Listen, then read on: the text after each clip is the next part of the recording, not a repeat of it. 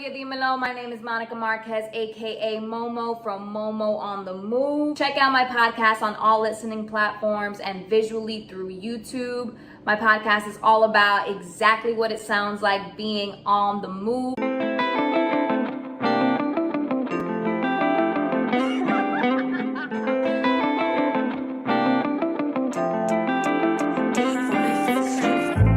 you up to no good.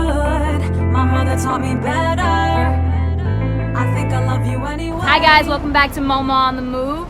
Sorry I'm a little gross right now. We had an intense boxing session here in East LA, the home of many legendary boxers like Oscar De La Hoya, am I right? Yes. Today we have the one and only, my coach Sanchez here. He's the one who's been kicking my ass out here in California, getting me fit, focused, disciplined. He's taught me all I know about boxing within these last 3 months. And yeah, Sanchez, tell us a little bit about yourself and why you started boxing and why we're here at this East LA gym.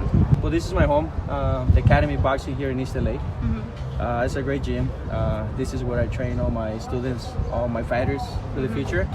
So I'm excited to train all the great people just like you. Who's in here? Like, why train over here? Well, I've been training here for the past 8 years. With my coach, he trained me for almost 8 years. Wow. Rene Redondo. Rene, He's, you saw him in some of the snips you're gonna see later. Yeah, he's a great man. He trained me for 8 years. Okay. He's a 2-time world champion. Wow. Great fighter, Rene Redondo. So that's why I'm here. Nice. And how many fights have you been in? Like, being training with him and all that good stuff. Well, I did total. I did 12 amateur fights. Okay. I have won 10 fights. Nice. So you have a winning record. Yeah. Okay. Yes, I did good. Yeah. And what made you decide to go from being a fighter to being the coach? Well, this was a little bit funny because I was very close to be a professional soccer player, but So soccer was your first passion? it was my first passion. So, Okay. but 10 years ago I got injured, like a small injury, but I decided to stop playing soccer because I always like to give my 100%. Yeah. So that's when I started Picked doing up boxing? Boxing, yes. Okay, so how many people are you training now? About 14 people. Damn. How's that work? Because he works with me also at Shock Tequila and Grill. I know he's always running around. Like, what makes you want to keep going? Like, this is tough. Well, for me, it's easy because when you have passion, Yeah.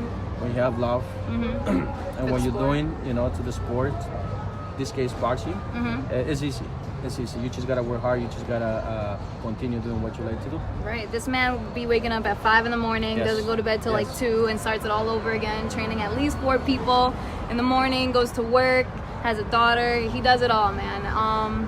And he's also going to be showing us a little bit of the town, East LA. We're going to go to El Mercadito. He's going to tell us all about what's there. Like, what's your favorite thing when we go to El Mercadito? Here East LA is very, very. I'm Mexican. So Yeah, it's like literally Mexico. East LA is Mexico. It's like a small town in Mexico. So it reminds me my town back home. So we're gonna go to this place called El Mercadito, so you can see a few things that we have there. All right. For people comes from different states, just like you. Awesome. So let's head out to El Mercadito. I'm originally from New York, moved to LA not too long ago, and the podcast just follows my journey, my hustle from coast to coast. And along the way, I have special guests that are on the move themselves, whether it's in love, travel, career, fitness, whatever it may be. All right, well, we made it to Little Mexico here, El Mercadito. Tell us about it. Well, El Mercadito is a little bit of Mexico. Okay. It's a small town of Mexico. What can we expect to find here? Well, first of all, it's really famous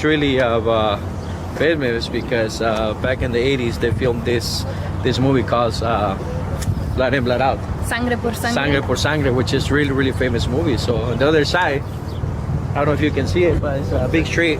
It's been there for years. That tree comes in the movie too. Oh yeah? And now we're here. After training, we're gonna get some little snacks. Yeah, after we burned off our calories, we are gonna indulge in some treats right now.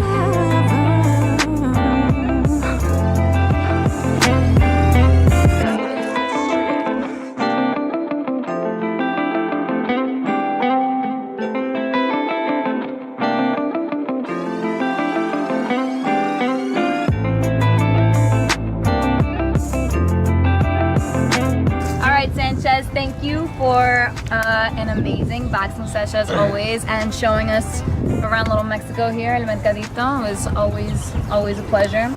Or if you want to just talk some shit, hop on the pod and let's talk shit. If you want to promote your shit, hop on the pod, and I'ma promote you, you promote me. It's a scratch your back, I scratch yours kind of thing. Middle of the day? Just like middle of the day. No. Maybe it's good. Hey man, I've never had that happen before, but Oh, no. I would have been like, wait, I thought you were paying. Wait, you got this tab, you got this food. I would have been like, wait, we didn't discuss this before. I'm confused. you should have Venmo requested. Find her and then we'll just be like, like I Oh need my this. god. Yeah, like Damn, that's tough, man. Have you guys ever had someone walk out on you? No. Not a date? No. I don't think so. I don't think so. Not If like anything- in the middle? No. Thank you. And I don't think I've ever. I mean, that one time that I met the Tinder kid and I found out that he was my height, I just kind of ditched him. I was like, but like we were in a public setting and he came with a friend, so it wasn't like that. Monica, So- what is it about girls in height? You're not the only one. I just don't want to be the same size as you. Like, I don't find that physically attracting. I have to agree. Like, I don't like girls taller than me. I'm only like 5'10". That's just my preference. On a Some good people, I guess, like to be the same height, or like they like them smaller than. I don't know if I found a girl that likes that, but. But like, if you met the perfect man, the perfect dude, and he was like 5'2", would that not like be appealing to you? Some of the most successful people out there are really small, I know. Napoleon was small. He actually wasn't. Fun fact, he was around 5'7", 5'8". Napoleon? Napoleon, yeah. You were talking about like the French leader? Yeah. Yeah, he was around 5'8". Fun fact. What? Fun fact. Tune into the podcast for traveling tips, advice, and laughs. Yes. We're gonna fact check you. Wait, I'm gonna fact check you yeah. after this episode. Yeah. I know. Well, And we're anyways. gonna put a disclaimer. Disclaimer. Napoleon was actually 4'9", so If you like what you saw, follow us on all social media platforms. For more Oye Dimelo, click over here. And for more MoMo on the Move, click right here. Peace.